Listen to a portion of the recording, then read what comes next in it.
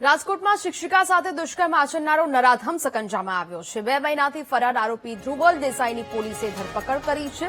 આરોપી ધ્રુવલે શિક્ષિકાને પ્રેમજાળમાં ફસાવીને દુષ્કર્મ આચર્યું હતું। 2 મહિના પહેલા શિક્ષિકાએ દુષ્કર્મની ફરિયાદ નોંધાવી હતી। ફરિયાદ પછી આરોપી ધ્રુવલ દેસાઈ ફરાર થઈ ગયો હતો અને જેની હવે પોલીસ દ્વારા ધરપકડ કરાઈ છે।